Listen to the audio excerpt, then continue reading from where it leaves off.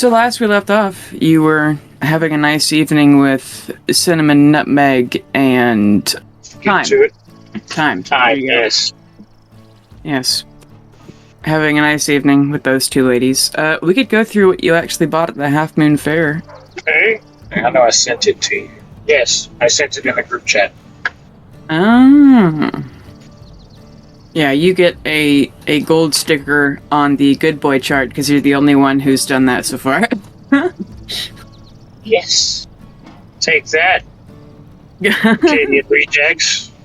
Yeah. I said I know there was something else that I wanted. Anybody giving out tattoos? Magical tattoos? Are these the, like, Critical Role kind of ones that, like, it's like they put gemstones in you or something? No, this one's actually just, well, the one in particular that I was looking for is a legendary one, so I doubt that they have it. I mean, they probably have it for the right price. Yes. Yeah. But you found the list already, right? Oh, yeah. Do you want me to read it? Hey, I got it. Okay. I got it right in front of me. The 5 Rosetta Stones, the 3 Ildor Hathorus, Thane, 3 Red Vipers lipsticks, 2 Powerball and Vivian's Bastard Bombs, the note, I wrote not, the note of Juicy Gossip, Nice. Spying Thomas, Patriot Flag, and the Bloodstone. Cool. Yeah, I'm personally excited for the note of Juicy Gossip because I can either give you guys plot hooks or just random bullshit. It's gonna be great.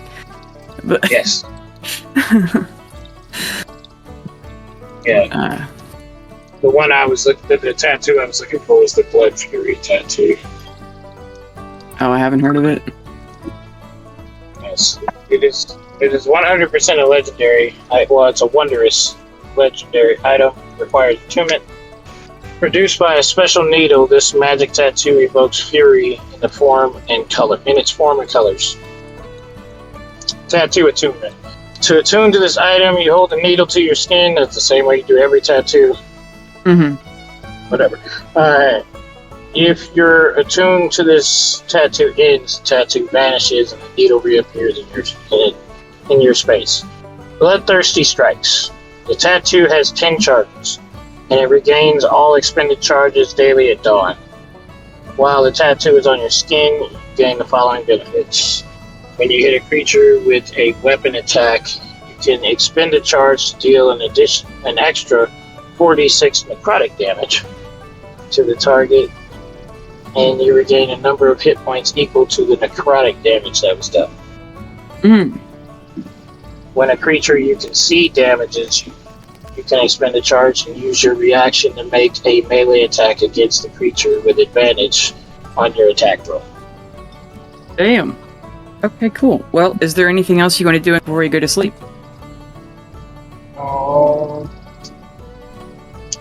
See if they have that tattoo. That'd be about it. I mean, did I just get those items? Yeah, you would have. I'm not going to go through every seller, but you could have gotten them all. I think I said I took like 10 off of. It was base price minus 10 or something. Okay. And I'll add all that up. I'll do that after. Okay. Yeah, and you would have gone through a whole mirage miasma of fucking weirdos to get those items, but they would have had them. Right, and then for the legendary one? Yeah, you could find a tattoo artist, but they would charge you like whatever the legendary cost is, which I think is like 50,000. It's like something ridiculous. You could get like one of those aspects for maybe cheaper or something. Okay. How much would it be if I did a quarter of what it does? Let me look at the chart thing again, just to be sure. Yeah, if it's legendary and it does like one of the 4, I don't know what's 50 grand minus, or 50 grand divided by 4. Yeah, it'd be 1,200. 12,000? 1,200? Yeah. 12,000. 12,000, yeah, sorry. 12,000. I don't know how much we actually have because Oh yeah, the money you treasurer just is got. not here. Yeah. You could find somebody else later on down the line that does magic tattoos, though. Okay. I can steal the needle. That would be... I would have to write a whole heist for that shit.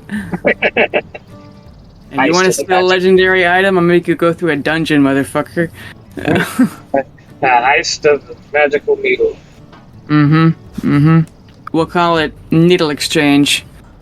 Just for, like it's heroin or something. Yeah, I'll make you go through a dungeon in a drug lab or something. Nice. Man, why couldn't you have had this idea so I could have wrote it today?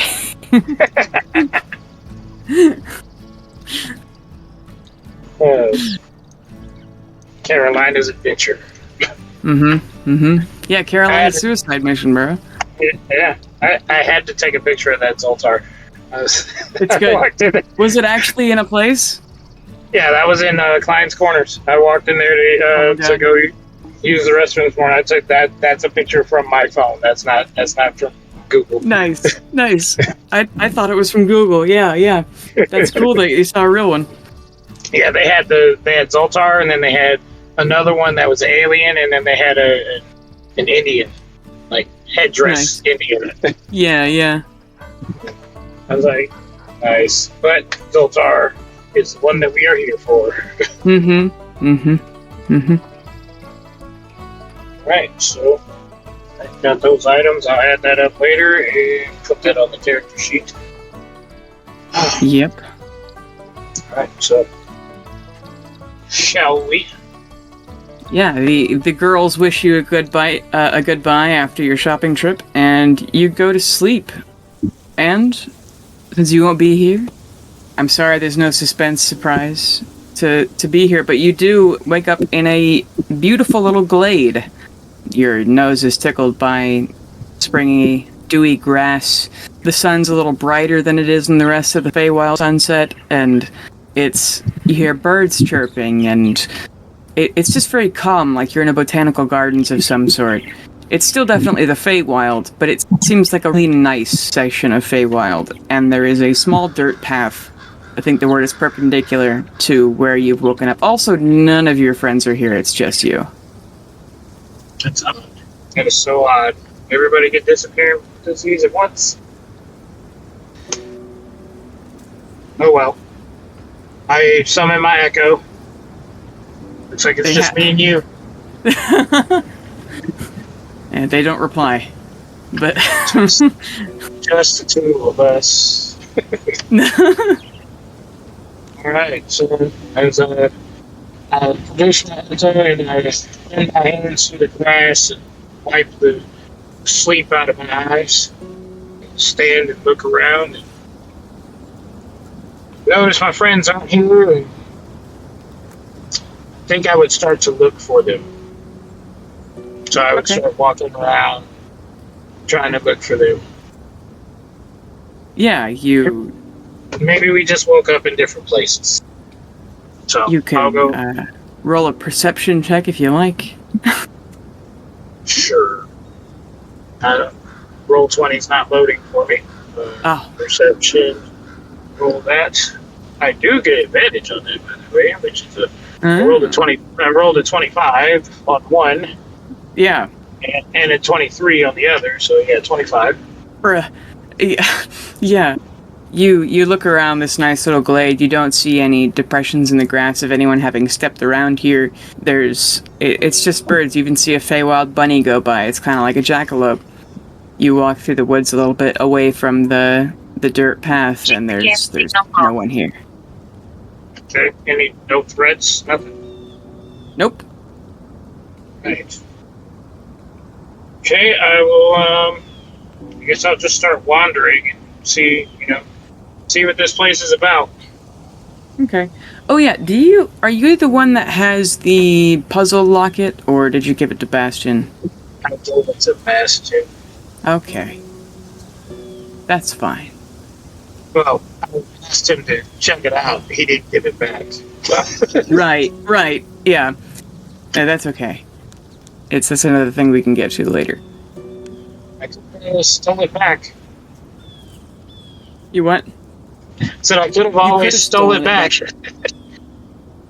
Yeah. Here, get in your backpack. Right. And then take it out of his pocket. Yeah, sure. Roll me a sleight of hand check. See if you stole it off him. He's not here. He can't argue. Ooh, natural 20. Bruh. Okay. Yeah, you easily slip that shit out of the pocket of your friend Bastion. Then if you want to try and open it again, you can make a history or investigation check. Investigation it is. 19. Cool. Inside of this puzzle locket, you rearrange the silhouette, and it pops open. Inside of the locket, like on one of the inner faces, is the symbol of Vecna, which is a dissevered hand with an eye in it. On the inside of the locket, however, is a small folded-up piece of paper. Inside of this paper is a tooth, roots and all, and a small poem that is signed Forever Yours, Sybil, and there's a little heart after her name. The poem is Walk Slowly by Adeline Love. It's if you should go before me, dear, walk slowly, down the ways of death, well worn and wide. For I would want to overtake you quickly, and seek the journey's ending by your side. I would be so forlorn not to descry you down some shining high road when I came. Walk slowly, dear, and often look behind you, and pause if you hear someone call your name. And that is signed Forever Sybil. I'm drawing a blank on Sybil. I know it's in here somewhere. No, I'm thinking cereal. That's what I was thinking. Yeah, Serial's the previous champion. Yeah. Okay. Right. Pocket glove note. Can I make a history check on that to see if I know anything about it? Yeah, sure. Oh shit, that's a -1. A 13? A 13. You mean the symbol of Vecna in this locket's kind of weird. A whole ass tooth. You've heard of magic that can trace people back by their bodily leavings. And while the poem is nice, you don't know who Sybil is. Okay. Oh. Let me check out the tooth. Okay. Are any like any contraptions on it, any like weird markings or? No, it's. It has a couple of scratches because it looks like it was pulled out probably with like a pair of fucking pliers. But it's when it was ripped out of somebody's face, it was healthy. It's a humanoid, whoever it is. They've even cleaned out the blood off it, but the, roots and all. It's a humanoid tooth.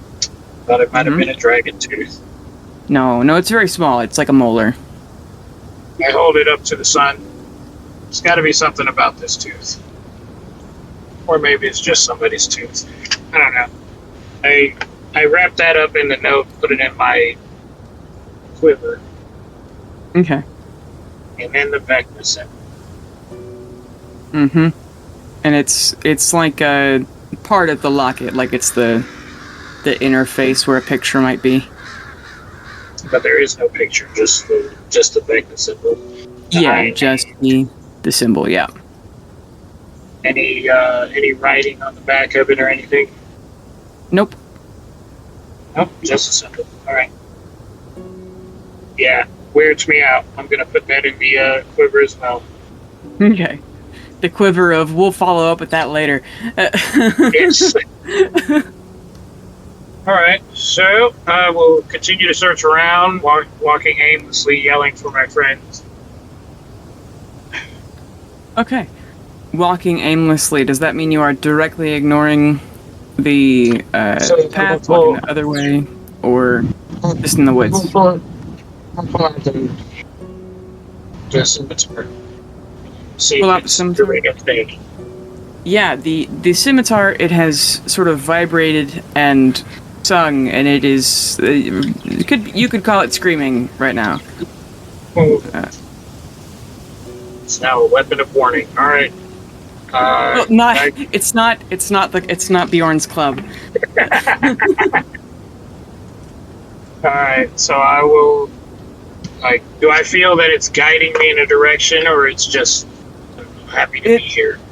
It absolutely is. It is guiding you to the west. I will start heading west. Wonderful. You see what can, frankly, only be the fountain. It is a stone-lined pool around a spring. The surface is absolutely flat, save for tiny little bubbles that make their way from the cracks in the ground that the water flows out of. Behind the shimmering water, carved out of the same marble boulders that line the back of the water, stands the statue of the elf, champion of Sylvania, Sarduncalia. The craftsmanship and detail of the statue almost makes you do a double take to make sure it's not alive. She stands with her head held high, stone-bound hair and clean dreadlocks that are carved to flow in the wind, and a cloak so thin you think you can see light coming through the stone. In life she wore living wooden armor which looks just as flaky as bark if it weren't marble like the rest of her. Her left hand holds a ball of real shimmering darkness, kind of like a tiny black hole, and in the right she holds a copy of the double-bladed scimitar, the exact one that you have. A stone below the statue reads, in common, elvish, and sylvan, Sarduncalia of Vastrezelian, champion of Sylvania, born 1284 Second Era, the day Pelor hid the sun. Died 1263 Third Era, protecting the village of Ulnor from the Pelorian Crusades on the day of Vivian's ascent, 2,546 years of age. There's another inscription around the room of the well itself in Sylvan. Do you read Sylvan? I do. You do? Nice. Sylvan, a thieves' man. Nice. It says, those who fight the sun are not for the darkness. We will not be cast into that foundry. We will not be erased. We will not be stolen. We will not become one to die as one. That which would swallow all will choke as we hold hands. May my blade be washed in the blood of the Feywild, anointed in the blood of those who would see the world be consumed, and may its own blood wash away to the burn's scars. Bathe my blade, then bathe in the screams of those who would burn the world. So I look around to see if anybody's around. It's just you. And the statue. Just the one hand that's holding darkness, does that look like it's missing something, or it's just supposed to be holding darkness? It's cupped in the same way that you'd to hold a liquid or a bird or something. It's kind of like holding it to the sky. Okay. Alright. So I guess I will go over to the well. What is the scimitar doing? I think it's singing as hard as it can. You can hear the wibbly-blobbly noise of metal as you get closer. Alright. I will say a quick reference to a prayer, like, Vivian, guide my hands. And I start to plunge the sword into the well. As the very first molecule of the scimitar's edge touches the glass like water, it is though a full fist of dye has been thrown in. Plumes of red explode across the pool, and the small bubbles from below turn into a raging boil. As you leave it in, the small black hole in Sarduncalia's hand liquefies and drops in without a splash. You see the black mass flow through the red and into your blade, entering it and taking all the red with it. The water slowly calm and clear, and the light cutter's blades pulse violently before fading to a warm orangish glow on the edge and obsidian and black on the flats, as though it were just pulled from a forge. And I will send you light cutter's new stats later. But for now, roll religion with advantage. Oh, 18. Nice. Yeah, you see your own hands dipping a jar into the fountain, and you see this jar being poured into a lake full of black water, and you see hooded figures hugging and crying with joy. You feel flickers of things she's told you before, this being Vivian, past achievements, what Vivian knows and can tell you of the future. There is a common thread, and that is Vivian is pleased. Your friend, Pale, putting the dragon into a ring, nice touch. Maybe your friend Dragon could put it in a robot. giant robot dragon be kind of sick. On the other hand, keep her in a mental prison forever for what she's done. Either way, also a mood. Vivian is so pleased with you, in fact, that she shows you yourself standing next to King Henry. And then she shows you another woman who you've not met before, who, let's just say, lithe, muscled, big dick energy. This woman's name is Cara Warren, Vivian tells you. And in Vivian's eyes, she is your only equal. A monk, Vietnamese in appearance, long, waist-length black hair out of a shampoo commercial. And she is the breed of Vivianite who prefers to wear as little as possible and some high heels, for aerodynamic. And you are both about to be extremely influential based on what both of you have done, and Vivianites are split at the moment. You have appeared to be on the side that has faith in King Henry's war to free Macadia from tyranny. And then there's the other side which Cara finds herself on, this believing that the prophecies of King Henry becoming a dark god with Claudius would be too dangerous to allow Henry to live. And those on that side, even who like King Henry, would prefer to kill the Emperor, but that would be almost impossible. It'd be easier to, raise Vecna and kill him again than it would be to kill the Emperor, and so they have to kill the Boy King, and unfortunately stop the revolution in order to save the world on a bigger scale. And many people in the world don't even like King Henry to begin with, because they think he's just an excellent propagandist, riling up those in poverty so he can take over the continent, just like Sankarel did 1,000 years ago, affirming the prophecy even more, and again, it's much easier to kill Henry. Vivian expresses to you that she will not command her followers one way or the other, because freedom. However, there is weakness in discord, and a time is coming where her followers will need to be the strongest they've ever been. And there are many, many ways to get people to work together. She says, as you have faith in me, I have faith that you can find a way. And kind of leaves with, you're doing great, sweetie. And this is one of the few visions where you don't have the Maw dream. You just straight don't. Congratulations. What is the sky doing? The sky is about the same as it always is, although it's even a little brighter around the fountain now that Sardoon's little black void is gone, assumably up into your sword. I look at Lightcutter. And you can feel it pulsing with a new power that you have not known it to have. And I'll send you those stats now. Okay. Just start swinging it around. Yeah. Go hit a tree or something. You go helicopter with it. Mm-hmm. Some sword strikes with my echo. Deflections. Nice. Alright. Didn't talk to me. Didn't make me feel at all sick. That's awesome. Oh yeah, your radiation sickness is absolutely gone. Yeah. Oh. Yeah, but the light cutter is now +2, 2d8 damage. It makes you resistant to radiant and fire damage. If you have resistance from another source, you are now immune. Dark vision, you cannot be blinded, and you can cast darkness once per day. And if you die, you still need to go through the death save process, but you immediately come back with your level worth of HP once per day. Also, you could alternately choose to not have your echo be disbanded. Instead of saving yourself, you could save the echo. And of course, it gets better with age. Oh, yes. Nice. What did you say? You said that. It's in Discord. That's because I do have a source of radiance. That makes me immune to radiant. Yes. You said fire. Yeah, fire damage. Yeah. Radiant fire. That's fucking cool. Mm-hmm. And you have dark vision as long as you are... I'm not blind walking through tunnels. Yeah, you can see. I can finally see. I can see clearly now. Mm-hmm. And if you would die, you come back with your level HP, because Phoenix. Once per day. Awesome. It's y'all thought you were OP before.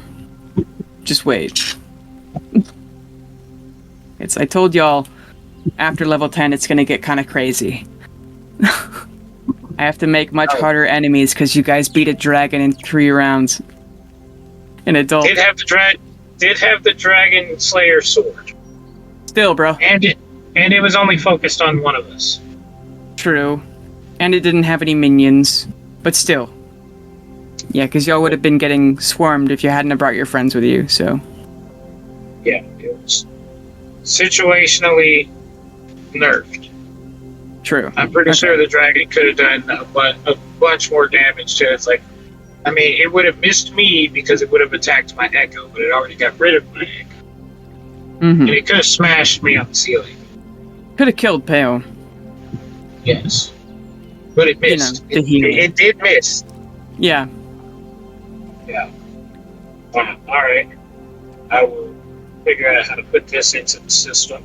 Yeah, good luck putting that in a D&D Beyond. I could do it. There's a bunch of stuff that I put on here. It just takes I can't do it instantly. It takes some messing around with stuff to do it. It's to give yourself like custom shit. Yeah. Make a feat for it. Yeah, I've had to do that a couple of times. Oh no, I don't want not the cap of water breathing. Yeah, but after your sword goes crazy, you could either walk into the Feywild, because you realize that there's been sort of the vibes have been off. You know, the whole time you've been. I haven't really been making a point of this, but when you guys first got to the Feywild, you tried to orient yourselves using the beam, and it would change locations in the sky as the Valley of Nine rearranged itself. You see that the beam is firmly northwest, and you look at it and it just stays there. The thread of white going into the sky forever. It appears as though the Valley of Nine has laid itself flat for you at last. Nice. Right here, right?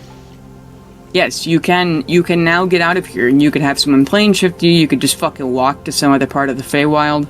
You could walk to anywhere in the valley as easily as though you were walking on the material plane. I would like to walk to Fortress. Walk to Fortress. Okay.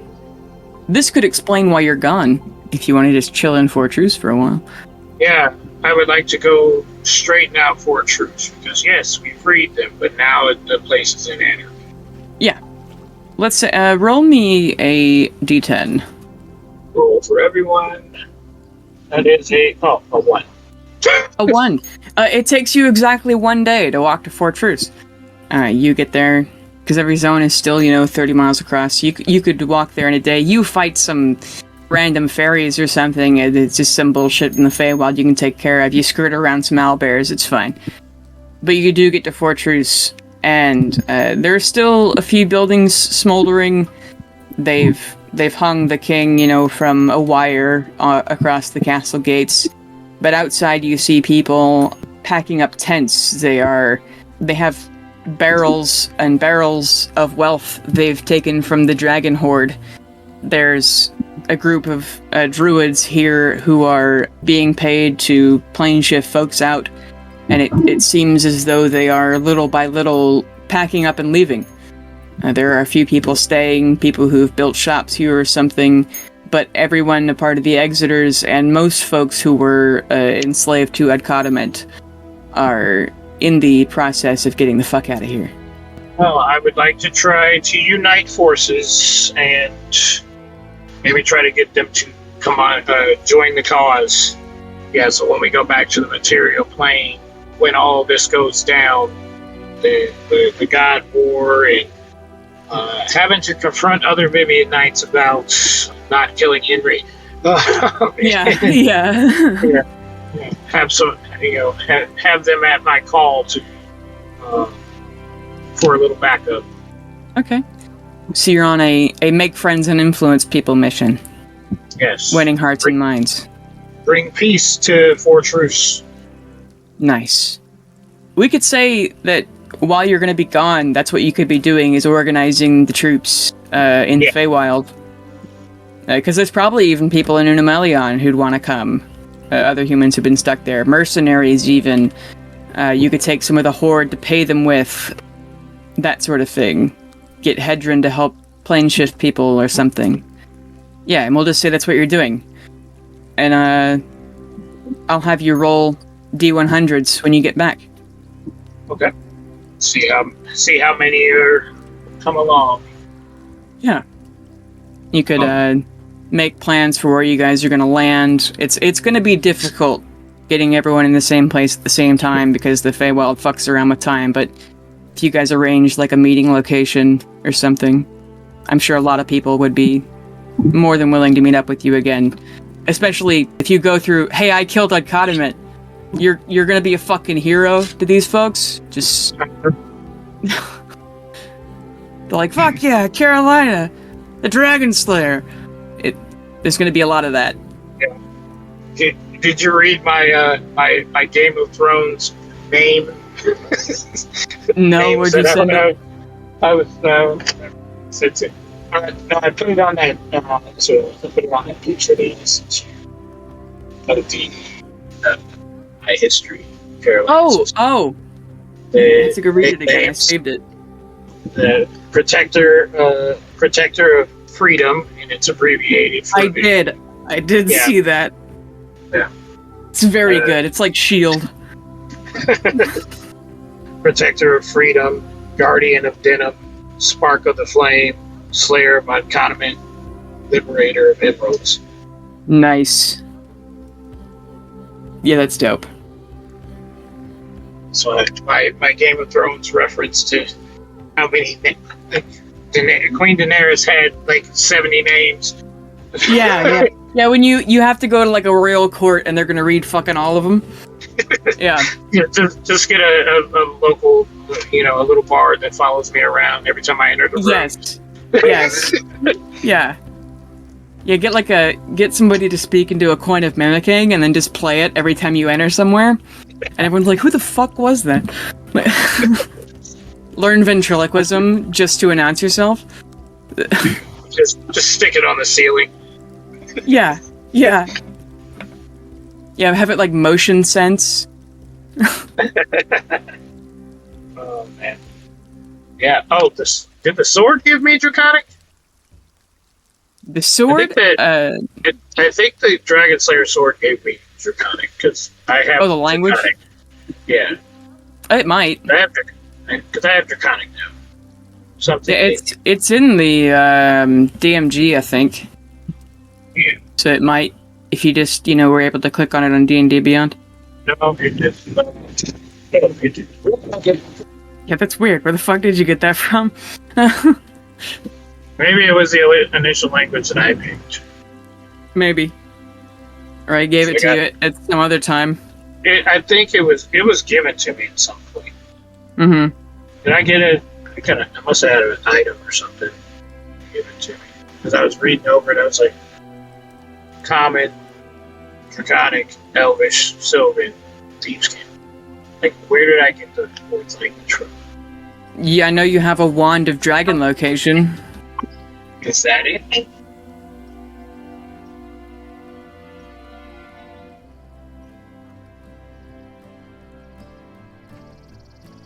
You are at the House of the Satyr still. You pick up your cool things. Yep. I don't want to give it away in case I know Carolina listens. I can't let her know what I've gotten. Mm-hmm. I need to make sure that you guys didn't buy things twice if it matters. There are a few things that'd be amusing if we got twice. Yeah. Okay. But so it is you guys were bedding down for the night. I'm gonna put a towel up for my birds, hold on. Yep. Yeah, you guys were bedding down for the night, and maybe you even slept for a minute, but you wake up and Bastion is gone, and so is Carolina, and Leo and Ten are still not here. I'm still in the same space that I went to sleep in. You are still in the House of the Satyr area. I don't know if you guys just slept in some grass or if or probably Abel or Pharaoh would have let you sleep in a spare tent he has or something, but probably still on the ground in bedrolls, even if you're in a tent. Gonna wake up, go, hey, Bashed, Caroline, oh no. Yeah. Just gonna kind of look at myself like either they're all disappeared or just I am. And I don't know which is worse right now. Oh yeah, what if this is the place you go? Yeah. Yeah. It's actually been lore fear the entire time. And I kind of call out, like, yelling out their names a few times, like, kind of saying something like, nope, I'm alone again. It's just like 3 years ago before I met any of them. 5 years ago. I don't know what the timeline is. Whenever I met Leo. You met Leo like 6-7 months ago? It's felt like so much longer. Being framed for murder. Even though I don't know about that. But, I'm just going to kind of get up and look around, just kind of figure out, wait, if Caroline is not here, we can't exactly make our way. Actually, I have to make my way to the fountain, so she'll appear near me. There. Do you want to make a medicine check? Oh, no. I mean, yes, but no. My medicine that's a 13. Going on 30. Yeah, it's an easy thing to tell. I haven't been playing up you guys' radiation poisoning. I keep forgetting that that's a thing. However, you look at your arms where you've had horrible blisters, and you've just kind of felt like shit for a while. Every now and then you guys would get a, oh my god, I'm gonna die, and then you feel fine for a while because time is weird here, so you've going before and after having radiation poisoning, and you realize that you feel like it's gone, and you look down at your arms and all your scars are gone. You're not bleeding from your mouth every now and then anymore. Oh my god. I knew she was scary good, but that's like scary, scary good. Yeah. I can't believe Ash's ex-wife fixed us from a different plane. Like kind of out into the ether. Vivian, not praying to you, please don't respond, but your followers kind of scare me. You do too. Also, thank you for guiding her. I'm assuming you did. Huh. I feel like we're done here, but I'm scared to go back, because then they'll be angry at me if I use my box. As you give a little shout out to Vivian. Uh-oh. Murky, I'm not cheating, I promise. No. You feel from where I believe you left it in your bag of holding, you hear, Pale. Oh, Pale. Is that the rock? Mr. Pale. Is it the stone? Do I pull that out? The stone or the sword? It is the ring with a codiment in it. Oh, yeah, I'm gonna pop that out. Hey, how you doing? Hi. Gosh, I'm just so sorry about the emotional state that I was in earlier. Just a lot going on for me right now. Being dead and trapped in a ring and in a bag of holding and all that. It's listen, it's been like 24 hours? And I'm so bored that I'm going insane. See, I used to be part of a hive mind, like there's just so much information at once from what everyone's observing at any given time between the hundreds of people, and there's just nothing. Please, for the love of God, give me someone to talk to, something to observe, please. I won't try anything. I can't do anything from here. I'm dead. It's just a void in here, and there's nothing in here. I need a fucking mouse to manage, please. Have you tried talking to MM at all? The sword? I could inlay the ring into the sword. I'm sure you guys would make great conversation. He would constantly feed on you. It would be fantastic. I mean, listen, You murdered me, and I'm begging you already. Just don't leave me alone, please. All right, but if you start to go wonky, I'm not going to give you your special present. I haven't told you. So we're working on putting souls into automatons because Pelor is stealing souls out of, the ether, which is going to cause the end of all things. So I want to eventually. I understand what you're doing. I want to put you into an automaton where you can't control people, but you can still go and seek vengeance. Because I understand that whole vengeance thing. My friend Carolina, she's all on that whole vengeance grind. I get it. You just can't take over people, you know?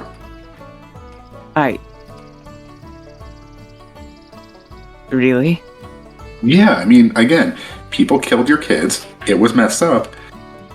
But the whole taking over an entire city is a little not great, you know? I can work with that, you know? I can work with that. Pell, make me a wisdom save. Okay. Yeah, let's get a 2. That's close enough. That would be an... Oh 11. My god. That's an 11. Okay. She says, I could help you guys to repay for my sins, as it were. I mean, I'm always up for help and making new friends, and plus, holy vengeance, wiping out those who hurt you. We actually have a war coming up, like a regular earthly war, not the heavenly one that's coming after that. If you want to work with them, they might be able to put you into something else faster. If I offload you back to the material plane, there are some heavy hitters all making their way. So as long as you agree to fight with us now, I'll put in a good word. Sure. And this is Thunderscram, right? Yes. I've barely heard of them in other people's memories. It's a fun place. They got guns. Their king makes many speeches that my thralls remember. He even claimed that some other dragons joined his army, and I mean, as ridiculous as it sounds, that even in Golgari they'd be seen as people join a new world. And some were saying, saying he only said that for a dramatic effect, but no, I mean he let me, Genasi, in, and everyone is deemed a citizen under him. I mean, his big thing is that he's the antithesis of that other place, that evil dictator and everything. And he might become an whole thing himself, but he's a good kid deep down. Yes, when time is a question between the jumpers, nothing can be sure. Maybe the dragons that joined were actually you and led by you. Maybe you lead armies. Some of his words are moving, even to me. And a world where I could have something as human as a day in court. It's ridiculous, but an idea nonetheless. And a court that you don't, control everyone's minds is also good. A little more fair. Sure. So I'll keep you around, I'll wear you. Just, play nice. And you will have your revenge and so much more. And I can't tell the others that, but obviously, we have an agreement. Make a persuasion check. Yeet. With advantage, I'd say. Yeet. Get a 2. Oh, Jesus, that's a 6. 6 is your highest one? Okay. Make another wisdom save. Once you get a 20 net, that's a 9. Okay. Listeners, you're about to hear Pale just have a fugue state. Yeah. She says, there is a problem with me eating a number of sentient creatures. Stealing pretty things I wanted, charming people and creatures who walked into the area of my influence and then using and eating them too, but it was my lair, my home. Claiming trespassing and castle doctrine would work for someone else, but not me. And not my children. How do I know that King Henry won't have me executed for my crimes as well? Quote-unquote crimes. I mean, first of all, how would he know about them unless other people go there, use a different name, lie? I mean, it's to my understanding that you are encouraging my Green Legion to go south. Many of them want to go back and help King Henry. And so you could just be a different dragon that we picked up along the way. Or I could bring you to the Merculians.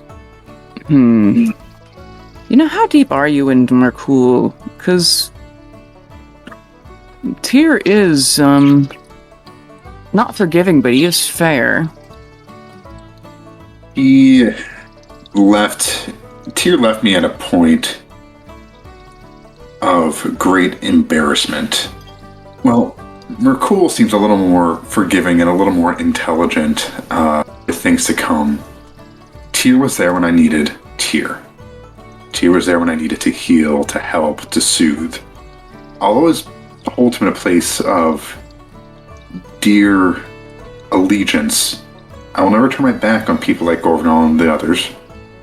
They are still my kin. However, I feel Tyr looks to a greater good. He would side with Pelor if it means stopping them all. Siding with Pelor would still lead to Merkul having all things end. The Maul would have all things end. Everything eventually end, just depends whether it's on Merkul's terms or not. And if I'm traveling with the Son of Gond, I believe the beginning, the end, the funny, the vengeful, the undead, makes for a good, well-balanced group to take on the devourer of all. That is a little poetic. I've been trying, I've read a lot of what Johnny Puyo wrote. It was mostly just angry, emo lyrics, but, some of it was good. Ah, yes, the rage of teenagers. I felt it very much, very often. They're never just happy. It always has to be happy plus a little angry. How I looked forward to having 6 teenagers at once. Dragon teenagers, nonetheless. Oh, maybe one day we'll be able to put your soul into another dragon's body or something. It'll be great. It's the other dragon I know who may be interested. We may or may not have had relations in the past. However, as fleeting as dragon friendships are. And the one that I've seen in visions of those who have seen the future on the material plane. It is odd because it's the only thing he's ever wanted is to be left alone. Emborium the Grouch. He's in the fire plane, difficult to contact, as you might imagine from his name. He's actually from the material plane, a desert on the southeast coast of Macadia. Had to leave a great horde there and said, screw it, I'll go to the fire plane. Trouble is, people still bother him there. And even though he's a red, he's an old red. And even the fire plane's a little too sweaty for someone his age. Or at least the place he set up shop trying to go where no one else would bother him, only to find out that plenty still bother him. It's the curse of being extremely powerful. You're a threat to everyone, even if all you want to do is curl up on a pile of gold and sleep for 1,000 years. I would be willing to wager that he would be more than happy to fight for a promise of peace, especially peace somewhere not so hot where the air burns your lungs. Well, I said we go find him, and I have to go find my dad anyway. I've heard he's not having the best of times over in the fire plane. No? No, apparently he's being held against his will and possibly tortured, which honestly sounds... he said he was going out to go get a glass of warm milk, and then, 20 years later. So, yeah, I feel like I should go help him out. Plus, I feel like my friends would like the fire plane, Toasty. Well, you wouldn't know. You're a ring. Make a wisdom check. Wisdom save. 14. Okay. Microaggressing against the soul of a dragon that controlled hundreds of people.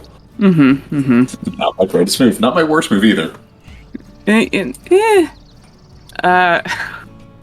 Who's to say? He says, look, you've been to, the Frost Prince's place. You might as well go to the Fire Plane. Well, the Frost Prince actually left. Oh, I know.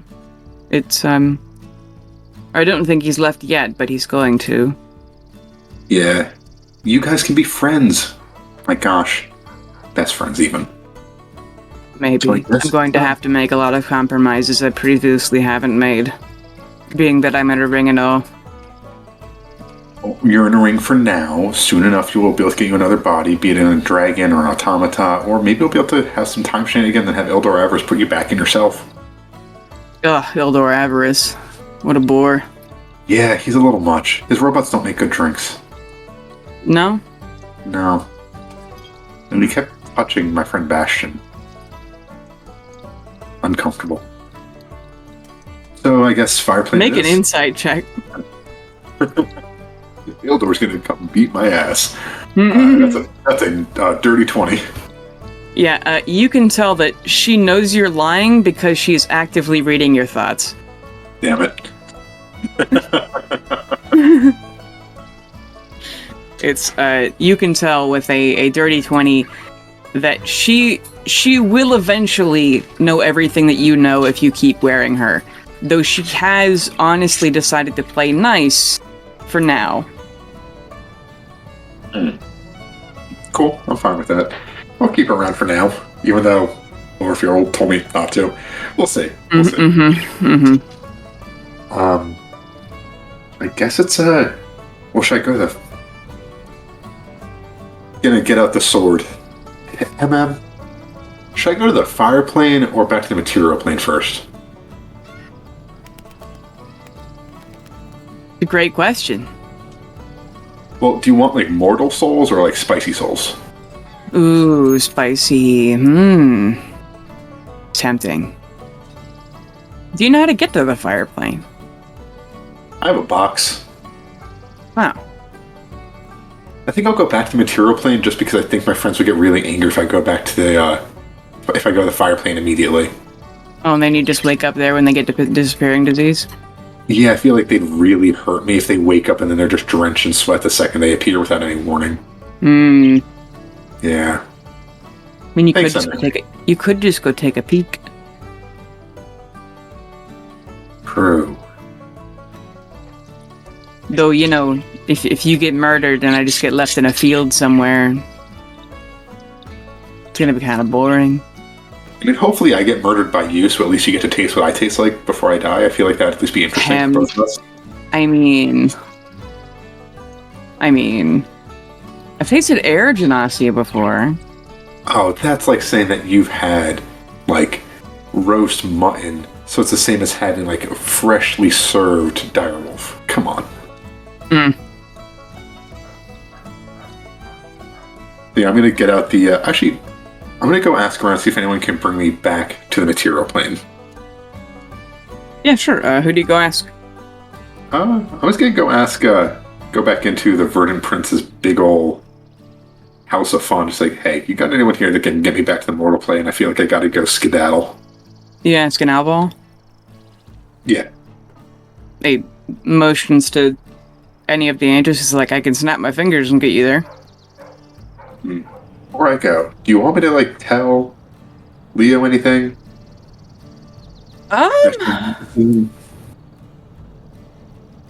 It's,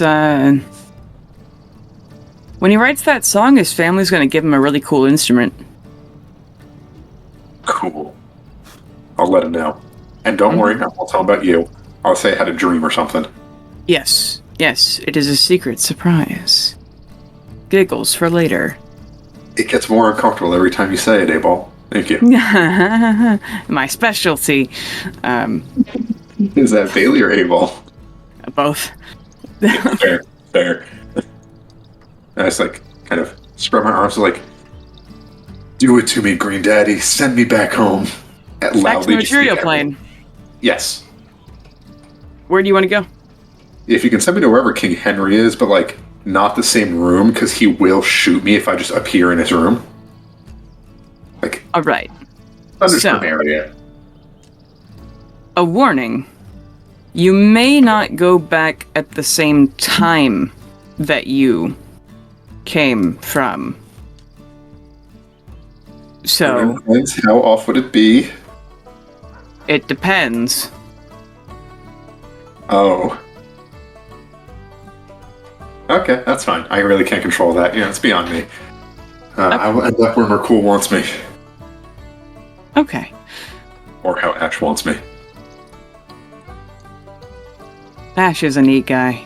I've seen the orgies he's had. It's great. Hey, back off. He's a friend. Okay, buddy. You feel the two sentient items you have chuckle. He says, I'm going to send you to the fountain first, and then back to the material plane, just so you can say you've seen it. But he gets Cinnamon, the angel who you tried to give a ring of not swearing to once. I forgot about. Yeah, I don't remember if you have it still or if she still has it. She has it. I gave it away, and then Leo got all pissy about me giving it away. Oh. She goes, well, what in tarnation are we doing? And she shows you the ring and smiles. You guys disappear. You assume that Cinnamon is powerful enough to not be affected by the teleportingness.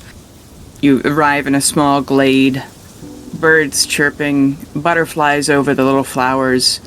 It's still very Feywild plants and everything, but there's been a sense of danger in every woods you've been in. There's been elves trying to kidnap you. There's been all other monsters that I haven't really made you fight. There's been a mind-controlling dragon, even in one of the chill places. But here, it is really empty and kind of small feeling. There is a small path before you, and Cinnamon kind of motions for you to go ahead. I kind of walk down the path. Cool. Now you see a stoned-lined pool around a spring. The surface of the water looks absolutely flat and still, except for little bubbles that make their way between the cracks in the ground, and the water flows out of it. Behind the shimmering water, carved out of the same marble boulders that line the back of the shimmering water, stands the statue of the elf champion of Sylvania, Sardune Kalia. The craftsmanship and detail of the statue makes you do a double take to make sure she's not alive. The head held high, stone hair bound in clean dreadlocks that are carved to flow in the wind, and a cloak so thin you can see the light coming through the stone. And in her hand, it's kind of lifted to the sky, empty, and in the other hand, she holds a exact copy of the double-bladed scimitar that Carolina has. Below the statue reads in Common, Elvish, and Sylvan, Sardune Kalia of Ashtra-Zalian, champion of Sylvania, born 1284 Second Era, the day Pelor hid the sun, died 1263 Third Era, protecting the village of Ulnor from Pelorian crusaders on the day of Vivian's ascent at 2,546 years of age. And there's another inscription around the rim of the fountain itself, which is glowing in kind of an orange light, and it says, "Those who fight the sun are not for darkness. We will not be cast into that foundry. We will not be erased, we will not be stolen, we will not become one to die as one. That which would swallow all will choke as we hold hands. May my blade be washed in the blood of the Feywild, anointed in the blood of those who would see the world be consumed, and may its own blood wash away the burned scars. Bathe my blade, then be washed in the screams of those who would burn the world." I look at that and just utter awe. I'm gonna touch it. Does the orange letters feel warm at all? A little bit, yeah. It feels almost the same as radiant magic, like when you cast a holy spell, but not enough to hurt you or heal you or anything. See. And I kind of feel like, is there a check for vibes? Yeah. Make a. Well, for vibes. What kind of vibes? Either feeling out if Carolina was here, I know that she was, but feeling out her presence, and also just does this place feel holy? Does it feel just generally magical, arcana, holy, or is it nothing now? go ahead and make a religion check and a survival check. Okay, first one's religion, second one's survival. I only rolled 1, so that's religion is plus 6, that's a 14, and survival is 5. Looking around, you can't really tell if Carolina has been here. Like, there's no footprints in the grass or anything. However, religion check, you can tell this is a very holy, blessed place. And as you come here also, the beam, as I believe I said when you guys were first getting here and Bastion was trying to orient you, the beam kept changing where it was in the sky, which is terrifying because usually, if you're on Macadia, it's to the southeast. Just always. And you can navigate without a compass just by figuring out where the beam is, which is you can do as easily as looking up in the sky because there's always just a thin white line no matter where you are. And it's been moving around like every minute. It'll go north, south, west, east. And that's why you've been in a shitty teleporting place for so long. But as you stand here in the fountain, you can, look to the behind the statue and realize the beam is in one place. Oh God, did we... Oh, we solidified the... Huh. Would I know if it's in one place because of where I am, or is there like a shift in what the Feywild is? You might remember from what previous folks have told you, or Cinnamon could tell you. It says once you've been to every place in the Valley of Nine, it lays out and becomes solid for you. I just wanted to make sure that Carolina fixing things didn't alter the entire Feywild. No, that's just how the Valley of Nine is. Though, for fun, your layout of what the Valley of Nine looks now that it's permanent for you could be different from what Carolina's layout of the Valley of Nine is. So you'd be concerned if it wasn't like that. Yeah. The greater universe thought that Carolina and I viewed things the same, I'd be terrified. Oh my gosh. Well, Cinnamon, I guess it's time to take me home? I guess it's home for me? I don't know, there's a bed there. They let me sleep on. Okay. And again, I don't know when we're going, even if I can control where, so... I trust you. I'll do my best. All that I can for. She holds your hand, and there's after a moment of kind of praying, holding your hands, a white light goes around you, and she pulls out her wings once and flaps once, and you guys land. She gets you to the Thunder's Grim gate, but to where you're not in view of the guards, and it is cold as fuck. And you see the ice graves all around you. You should probably leave before they see you. They don't really like magic, and it's cold. Thank you, though. No problem. See you around. Okay. Have a good one. And she flaps her wings and goes back to wherever Abel or Thrall is, probably. Wearing a different face, probably. I'm gonna go stumble up to where the guards are, like the entry gate. Yeah, very same as you've seen them before. The two mountains on either side, you get to a spot where it's not snowing, but a draft of warm air and a draft of cold air kind of meet. The gate guard stops you. He says, "Did you just come out of the winter wastes all by yourself?" Yeah, it's kind of been... I escaped from the Feywild into the winter wastes. It's been a long few weeks. You see their eyes widen in, oh Jesus, where the anti-magic place. Here's a fire genasi. He said he'd just come out of the Feywild and then went through the winter waste by him fucking self. I'm from the material plane. I'm from here. I grew up in Cracklin. Hi. What's your business in Thunderscrum? First, what's the name of the king right now? King Henry. Oh, thank God. Tell him Pale Talon, the cleric, is here. My friends all have disappearing disease. But I'm back. So happy I came here and he's still king. They kind of stare at you in shock a little bit. Make me a perception check. All right, that's a good start. That's a 17. A 17. As they nudge you closer to the guard shack to get out of the wind, you see they have a calendar stapled to one of the walls. So you realize that today is day 371 of 1378 Third Era. Now make me a history check. Oh, right. Okay, alright. 16. You know that day 371 of 1378 Third Era is the very day that the show started. The day you got Dennis the Necromancer out of prison, the day that Carolina left for Stone Garden, and 29 days before the Revolution.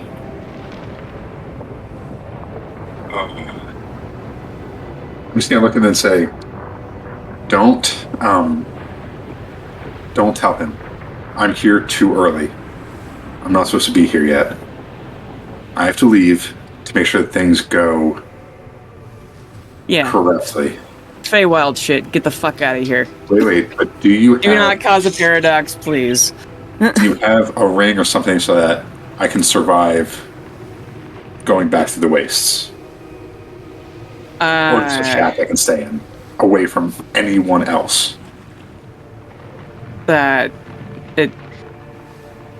It's I can't send you out to your death and I can't get you a magic item. However, you could go through the tunnel to Vicksville. That would be perfect. Okay, just as long as you leave town and don't cause any paradoxes, please. I'm planning on not. Yeah, it's the Thunderscrim guards are educated on magic, and they know the Feywild's fuckies. They're not gonna punish you, but they're like, Jesus fucking Christ. They can't even write a report about this because it'll fuck shit up. But they put you in a horse cart. One of the guard captains goes with you, and they ride you through town. This is one of the few covered wagons because they're making sure no one sees you because you're kind of a recognizable person. And most Thunderscremians have never even heard of a fire genasi before, but they get you out of town and to the portal to where you can see the walls of history in the Thunderscrim tunnel.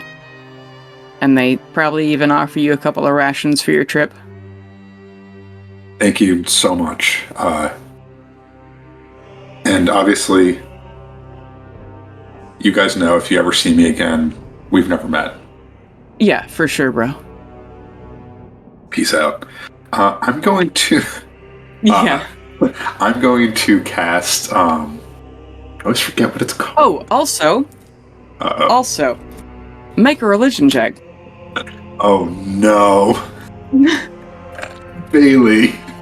That's a 13. Bailey. Yes, sir.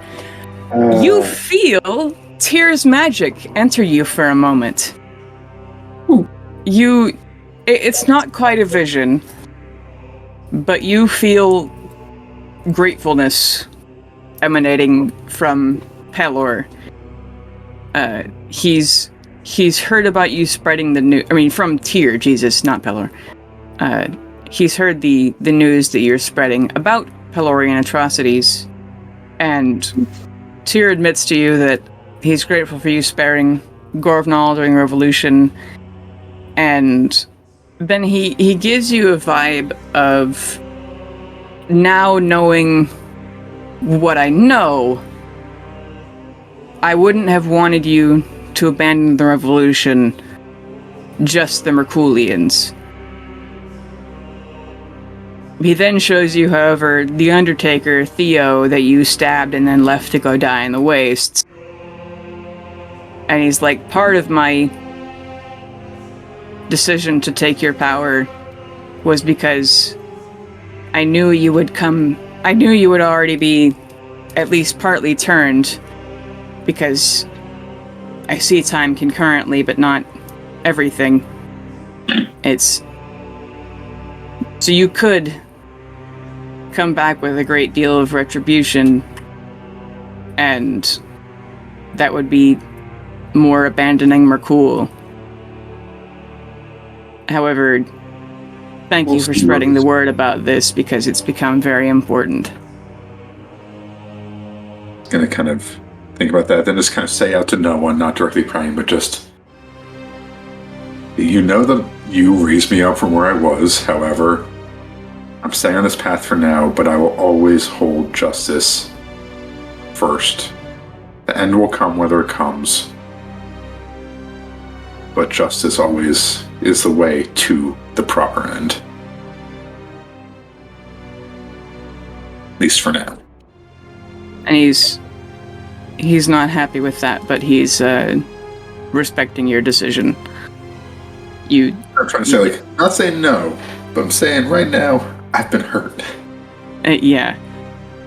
It's gods are self-righteous creatures, and they don't go back on decisions lightly, so he gives you more of a... Let me see. He still feels right about what he did, but he is still sad about losing someone. We've all been there. Yeah.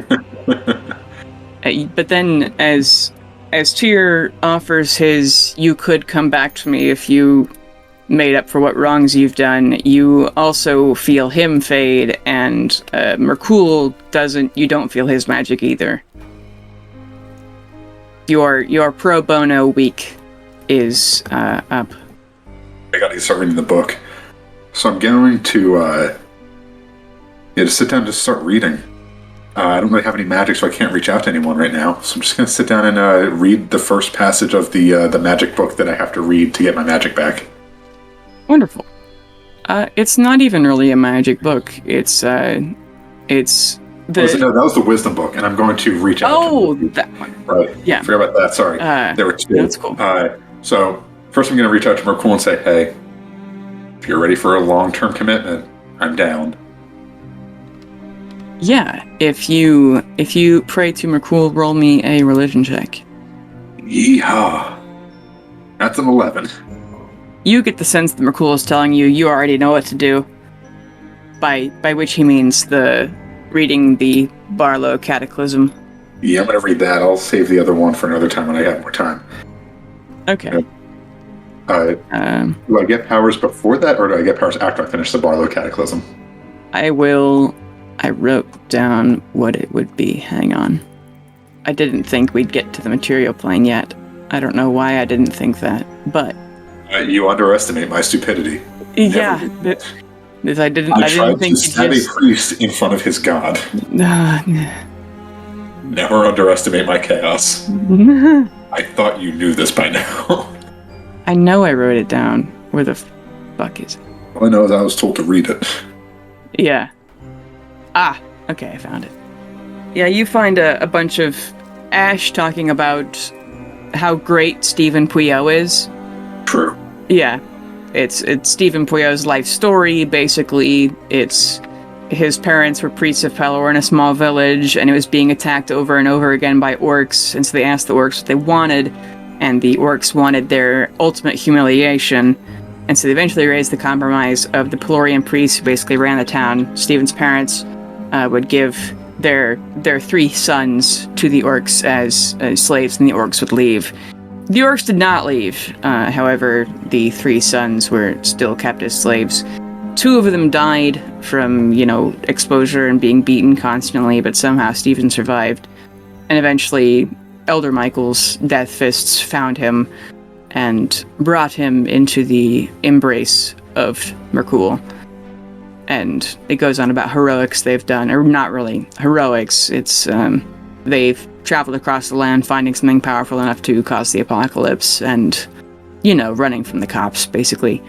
But he makes it sound much more grand and adventurous, and he talks about how Stephen's new message of we should be nice to people before the apocalypse comes.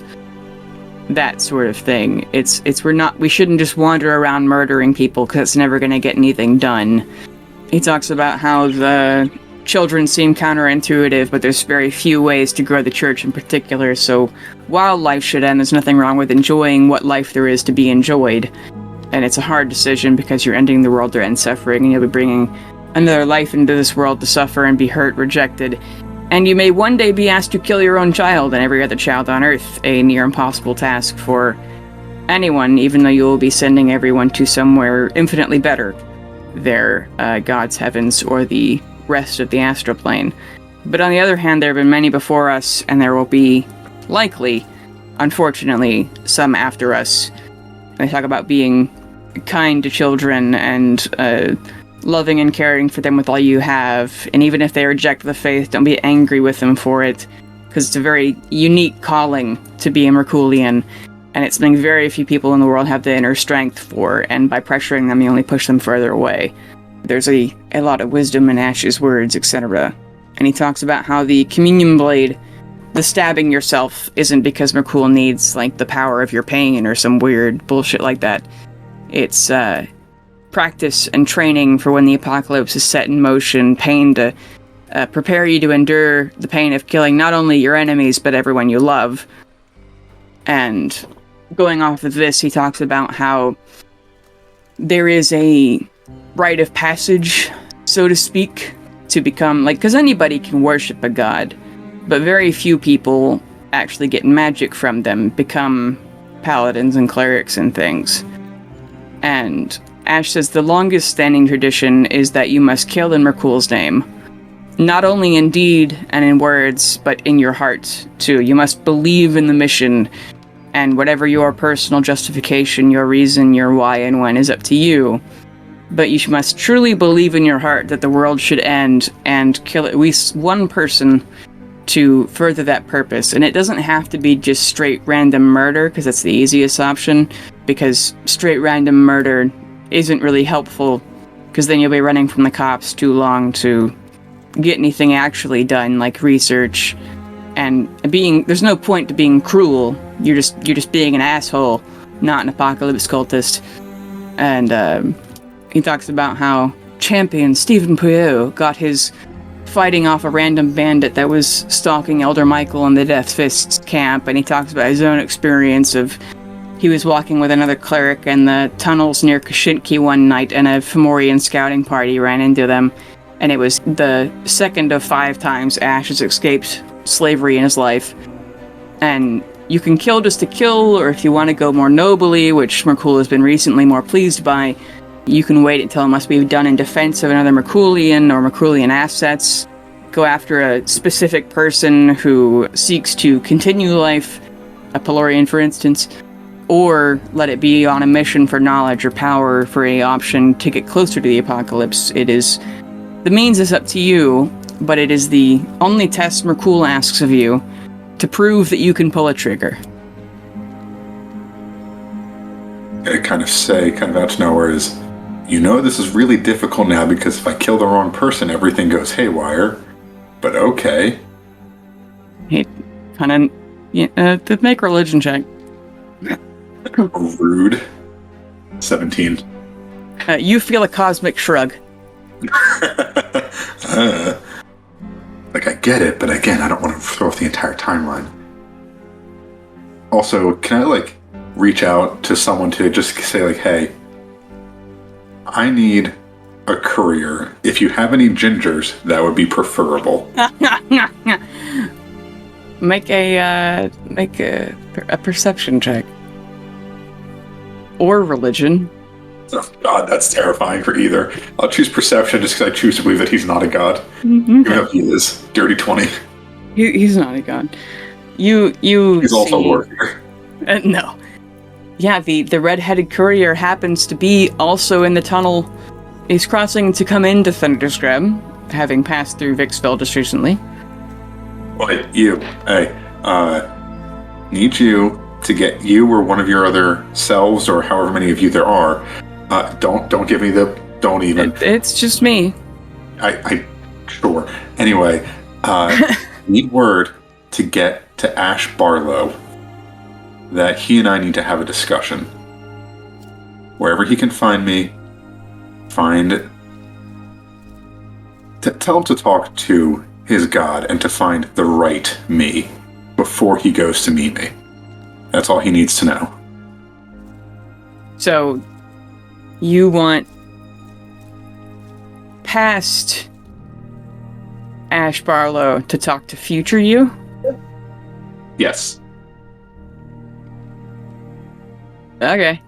Yeah.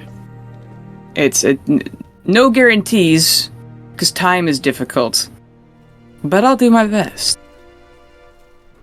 That'll be 3 gold, please. You know, here's 5. You never saw me. Bye, Pale. What is he the maw? I don't want to know. That's not my problem. You haven't seen him eat. He's hungry. That's why he's so hungry. He's going to eat everything. I swear to God, future Bailey, if you choose to make words, I will drive to Texas. Anyway. I will come meet you in fucking Missouri, and we'll have words. In Oklahoma. Yeah. Wait, you're in what state are you in? Are you still in? Okay, yeah, Philly. Yeah, we'll meet in the middle somewhere. As I've always wanted to go to oh God, what's the town called now? It's an island that's really famous for whaling, and I read Moby Dick, and then In the Heart of the Sea, which Moby Dick is based on, and I was like, Nantucket. I've always wanted to go there to see the whaling museum. Nantucket. Yeah, we'll meet in Nantucket, and we'll fight over Owen Chase's grave. Ooh, yeah. But, yeah, then I'm just gonna go and try and find somewhere to stay, and, just listen, hey, I need the cheapest place, even in an abandoned old house, to stay, preferably an abandoned old house. I'm very antisocial. Yeah, the Thunderstormian guards are going to basically usher you into the tunnel. They avoid all eye contact. They barely even look at you as they put you in this cart and shove you back out of town. They want you to fuck out of here. And but they're not angry at you for this isn't your fault. But they don't seem perturbed that you stop with the courier for a second as you guys pass each other in the tunnel. But then they continue to shoo you down, and you could find a small alcove or a kind of mining shack, an old tool shed for when they were building this place, that sort of thing, and you could bed down for the night there. First thing I'm going to do is, before I go to sleep, I'm going to carve into the walls, just in case, even though out of game I know, in game, we're 30 days early. Don't leave, Leo. Bastion, we haven't met you yet. Carolina, we haven't met you yet. 10, we haven't met you yet. Also, we're in the material plane.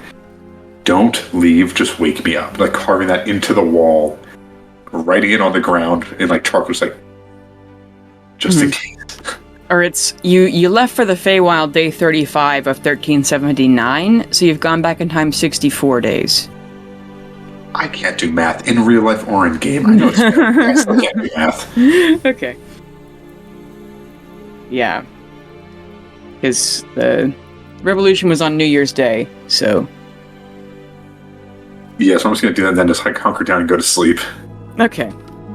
And we should probably end there. But... yeah, that's good. It's a good time. Oh my God. I was worried it was going to be the future and I get back and King Henry's dead. Or he's already become he's about to meet with the dictator and I'm in the wrong place in the world. Come on, I wouldn't have done that. No, it would be then I go to another plane, then when we come back it's 2 months before that, so yeah, you just keep going to the Feywild until you get back to whatever time you want. Yeah. There was a series I read called the Pendragon series. I've heard of it. Heard of it. Can I give you some light spoilers? Yeah, go ahead. So in it, there are I think 9 different realms, different planets. Think the realms in Yggdrasil and all that. There's Earth 2, which is present times. Earth 1, which is the 1920s, and Earth 3, which is 200 years in the future. Yeah, Earth 2, the sequel to Earth 1. Yeah, exactly. Imagining it's very clear that everyone in all the travelers know that those 3 Earths are all the same place. Then there's also a place called Velox where everyone ends up in VR. And, no one's living, realize the world is crumbling around them because they're all in virtual reality. Then 6 books later, there's a place called Ibarra, where it's like savages living off the land. Like there used to be technology, they don't care. They don't even try to. You find that that's like the future of Velux. It's like another place that secretly is the future of another one. And I was just thinking, like, there's a point where they're at another world. They go to Earth 3 and realize things got bad. Then they leave. They try to go to Earth 2. Things are bad because Earth 3 went bad, then went back to Earth 2, and they had to go to Earth 1 to fix the other two. And they're like, oh, we missed that. The entire future of both of those places was destroyed, and then we would never have happened, and then everything falls. Oh, whoa. Jesus. So they had to, like, keep jumping back further and further until they were like, oh, if we don't win here, the entire universe is destroyed. Whoopsie. So you just keep Feywild hopping and hoping. Hopping and hoping. The good news is that Sariel, one of the Banishers of Vecna, and previously champion of Vivian, she has retired a couple of years ago, but she has... You've been told in Noldor Avarice's library she has the clock, so if you fuck up the time stream, you could go potentially fix it if you can find her. Dale has to find and then speak to a woman by himself? No, we have to find the others. A very, very attractive woman who's also a spy. Yeah, no, the universe is just over. He was right to pick her. Cool.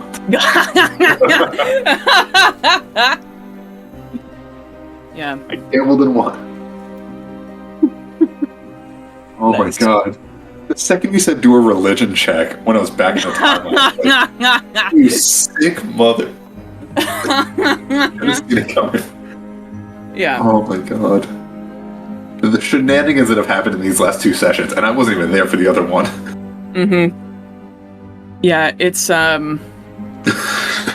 Carolina, while Darian is at AT, we have decided that Carolina will be back in Fort Truce, getting the troops ready to plane shift and then go fight in King Henry's Southern Legion. Because that's what a lot of them wanted to do. Because they're like, after having been slaves in the Feywild, they're like, fuck magic, let's get out of here. This King Henry guy sounds alright. We're pretty tough sons of bitches because we survived out here. So they're going to all team up and go join Henry's army, and Carolina is helping basically get everyone out of Fort Truce. Thanks. I just can't wait to, change sides last second and go fight for the dictator. Yeah. Yeah. What could go wrong?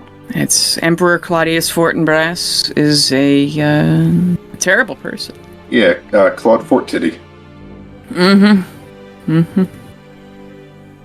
Yeah, it's... You said brass. Yes, it's his... Alright, so, when I was writing this part of the campaign, I was really into Hamlet. It's just the Kenneth Branagh, 1997 version is just chef's kiss. And so King Henry... Hamlet, obviously. And Claudius Fortinbras is the other invader prince guy in that story. That's just his name. I just stole it because King Henry reminds me of Hamlet. That tracks. So you're saying that who knew a 400-year-old play about a depressed Danish prince could be so relevant? Yeah. There was one thing, I forgot I was writing something, and then one of my friends just goes, man, this just sounds like a modern sci-fi fantasy version of Macbeth. And I was like, wait, no, it's oh my god, it's Macbeth. Oh my god, it's to a T. Yeah, like you had people like druid, like nature people attacking. That just feels like when they attack dressed as trees. I'm like, oh my god, it's Macbeth to a T. And I just remember I trashed the story. I'm like, I didn't even realize. Listen, you could have still written it. Who gives a shit? Now. Oh, okay. Outside of game thing, obviously. You're also recording on. Hey, it's your GM, Bailey Ford. I would like to thank our regular players, Charlotte, Darian, Matt, Jeremiah, and Ian, Hip for our cover art, and Tabletop Audio for our background music. You can find us on Twitter at @Illithids, and thank you especially for listening.